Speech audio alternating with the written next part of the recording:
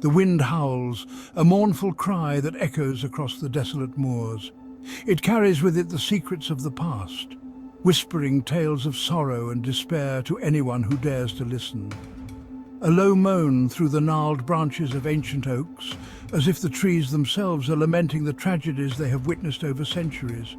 Their twisted forms stand as silent sentinels guarding the memories of those long gone.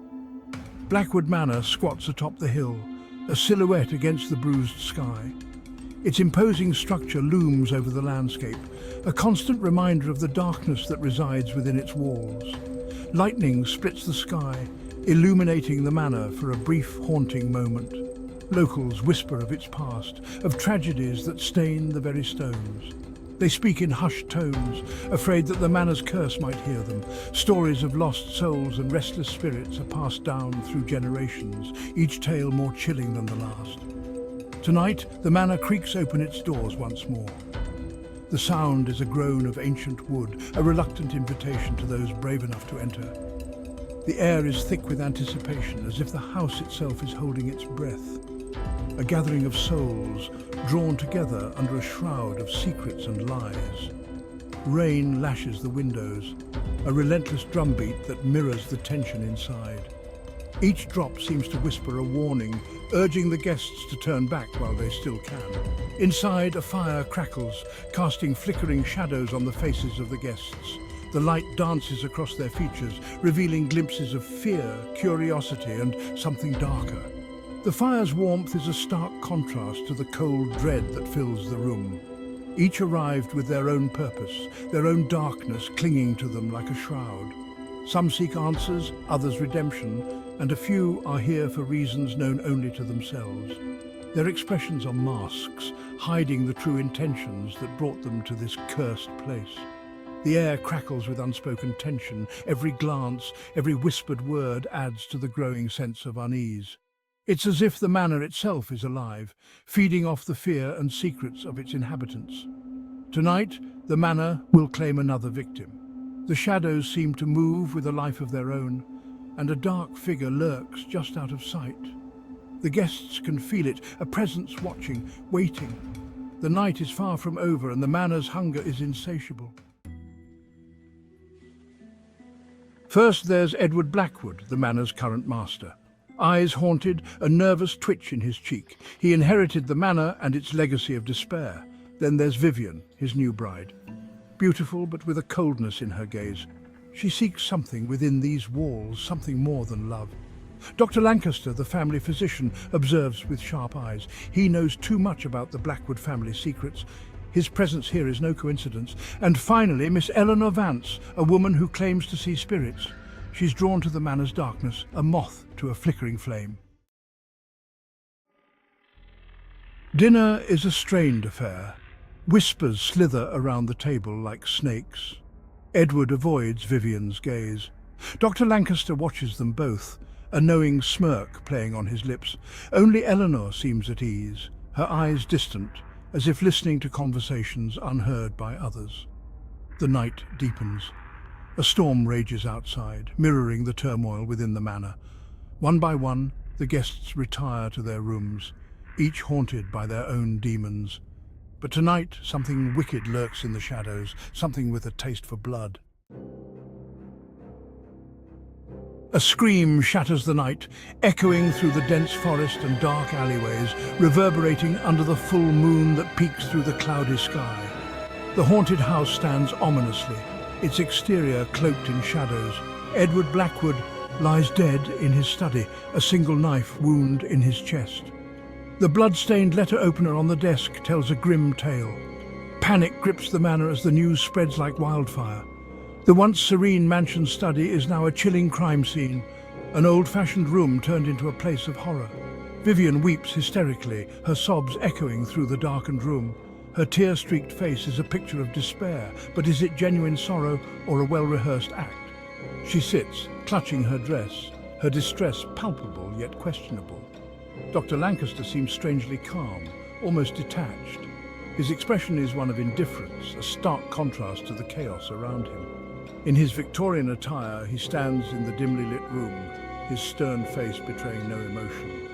And Eleanor? She stares at the body, a look of grim satisfaction on her face. Her cold stare and sinister smile suggest she knows more than she lets on. In the dark room, her presence is both unsettling and intriguing. The local constable arrives, a bumbling but earnest man named Higgins. His Victorian attire and confused expression make him seem out of place in the grand, spooky mansion. Yet he is determined to uncover the truth. He's out of his depth here, in this house of shadows and secrets. The mansion's interior is a labyrinth of dark and eerie hallways, dimly lit rooms filled with shadows and an air thick with mystery. He begins his investigation, meticulously examining clues and evidence. But every clue seems to lead to a dead end, each piece of evidence more puzzling than the last. The constable searches room after room, his frustration growing. Everyone is a suspect and no one is innocent. The group of people in the mansion exchange suspicious looks, their nervous faces illuminated by dim light. In this shadowy and tense setting, secrets lurk behind every corner and trust is a rare commodity. The game afoot. Higgins questions the guests. Vivian claims she found Edward this way. Dr. Lancaster provides an alibi, but something about his demeanor rings false. Eleanor, lost in her own world, mutters about vengeful spirits and ancient curses. Higgins is no closer to the truth. As the night wears on, the tension mounts. The manor seems to press in on them, its very walls whispering secrets. Higgins stumbles upon a hidden passage, a secret room filled with dusty portraits and forbidden knowledge. This house holds a dark history, and tonight it seems history is repeating itself. The inspector's deduction. A new arrival cuts through the chaos. Inspector Davies, a man of sharp intellect and piercing gaze. He takes control of the investigation, cutting through the hysteria and focusing on the facts. He observes the guests, their carefully constructed facades crumbling under his scrutiny.